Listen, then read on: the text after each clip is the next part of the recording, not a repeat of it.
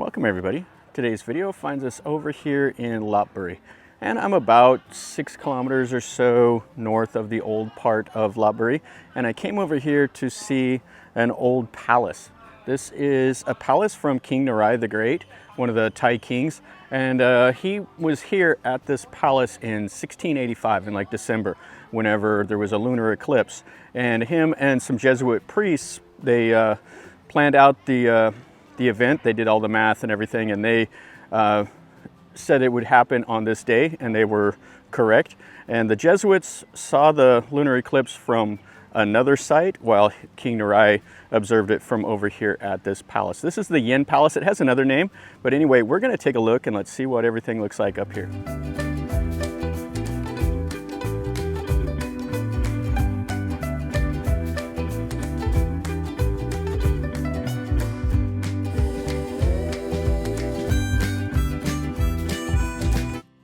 Now this is a pay site. It's part of the package if you get it in Lopburi. That shows like Wat Mahat, the ambassador's palace or whatever. It's 50 baht for a foreigner or 10 baht for a Thai if you come here. Or you can buy the whole package for it. So King Narai was an Ayutthayan king, and he spent probably like 9 months out of the year over here in Lopburi. And he built a couple palaces and renovated a lot of the temples and everything, and it has kind of a distinctive styling when you come here to Lopburi. They call it the Lopburi style. And what's famous about this site is this huge Bodhi tree. The Thais say that if you walk underneath the Bodhi tree, you can make a wish and it will come true. And this is just kind of out here by itself. You just go north, kind of a little bit north, mostly east of the main part of Lopburi, and you come right over here to this. We got some of the local kids out here with a couple little puppies. So this is the palace. This is the main part. You can see the old wall, and then they have a side building right over here. You can see the way the windows are designed. That is like the arch that you see with Lopburi. See some of the plaster work and stuff that's on the wall, and you can see how there's just a little bit of the outer wall. So this would have been a little building here, it looks like. Maybe a little covered porch. And we can go in here.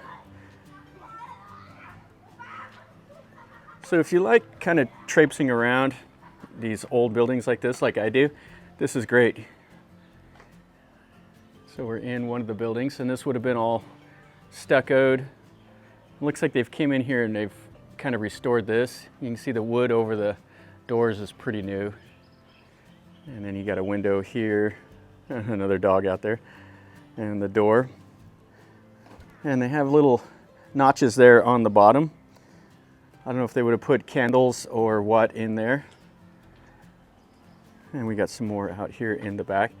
So there's not a whole lot of it remaining. Just a few walls and all of that. But it's kind of cool. I like seeing stuff like this. This would have been just unbelievably beautiful. Now, when King Narai was king, Ayutthaya was really flourishing.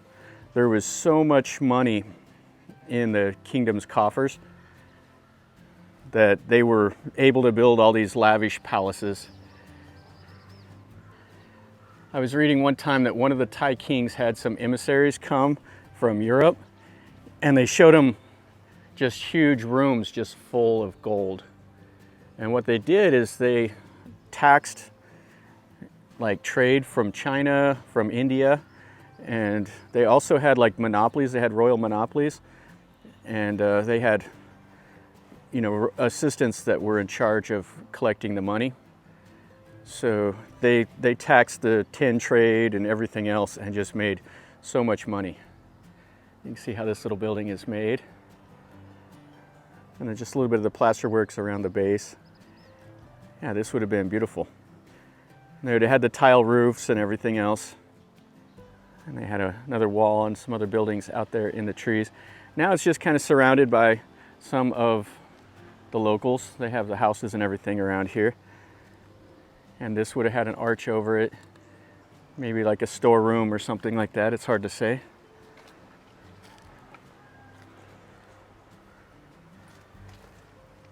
Yeah, this isn't as impressive as the royal palace that's in Lopburi itself, but it's still really cool to come out here and see. They built this room here. You can see how the base of it would have been built with the bricks, and this would have been like a door to go inside this room. And it looks like they have some Thai writing in the bricks. Those are probably modern era bricks. Yeah, really cool little building. You can see this is really, really, really tall. So they're calling this the Kraison Siharat Pavilion, or the Yen Pavilion. And they say that King Narai would come out here to spend some time to relax at this pavilion outside of Lopburi itself. He would train wild elephants. He was really like involved with elephants, and so whenever he would train some, he would come out here and relax for a little while after spending time doing that. Yeah, this is really a nice place. You can see the little arches. Not sure what they would have had in here, if this would have had some like Buddha images. And then this looks like a second story up in here. And you can see how they've came back and they've restored this, so you can see what it would have looked like. And it would have had plaster, it would have been white, would have had the styling up above the doors, would have had the tile roofs. And then you have this big room here with some stairs going out and stairs going up there. That's kind of like a little balcony or like a veranda or something like that over there. This would have been the main part of this building. So it looks like it would have been two-story. They would have had like a low basement that's full of dirt now. And then this would have been the floor. You can see the line of bricks over there. So this would have been a floor, and you would have been able to walk and look out. And then it had little nooks over there. This is really similar to the palace that's out by Ong Tong. It was another king that had that built, but this is quite a bit bigger. There's a lot more buildings and stuff like that. Well, that one little palace out there by Ong Tong is just the one building. And you can see where they've restored that up there. It has the bricks and stuff with the rebar.